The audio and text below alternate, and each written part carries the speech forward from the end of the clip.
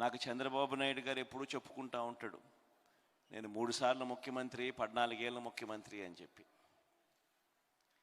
మీ బిడ్డ చంద్రబాబు నాయుడు మాదిరి 3 సార్లు ముఖ్యమంత్రి, 14 ఏళ్ళు ముఖ్యమంత్రి అని ఇంకా చెప్పుకునే స్థాయికి ఇంకా పోలేదు. కానీ ఒకటైతే ఖచ్చితంగా చెప్తాను, ఈ 58 నెలల కాలంలో చంద్రబాబు నాయుడు మాదిరి ఆయనకున్న నెగిటివ్ ఎక్స్పీరియన్స్ మాత్రం మీ బిడ్డకు లేదు. మీ బిడ్డ మాత్రం ప్రతి పేదవాడి గుండెల్లో బ్రతుకుండేట్టుగానే అడుగులు ఈ 58 నెలల కాలంలో వేశాడు అని మాత్రం ఖచ్చితంగా చెప్తాను.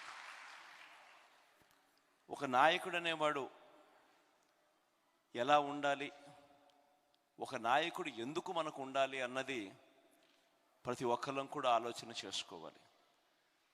ఒక నాయకుడిని మనం ఎన్నుకుంటే, ఒక నాయకుడు ఆ నాయకత్వం స్థానంలో ఉంటే, ఆ నాయకుడిని ఎన్నుకున్నందుకు మన బ్రతుకులు మారాలి. మన బ్రతుకులు మార్చగలిగిన నాయకుడే ఆ స్థానంలో ఉంటేనే మన బ్రతుకులు మారుతాయి. అలా ఎన్నుకునేటప్పుడు మనం పొరపాటు చేస్తే రాబోయే 5 సంవత్సరాలు మళ్ళీ మనం చేయగలిగింది ఏముండదు. మన బ్రతుకులు అదే మాదిరిగానే మోసపోయి అంధకారంలోకే వెళ్ళిపోతాయి.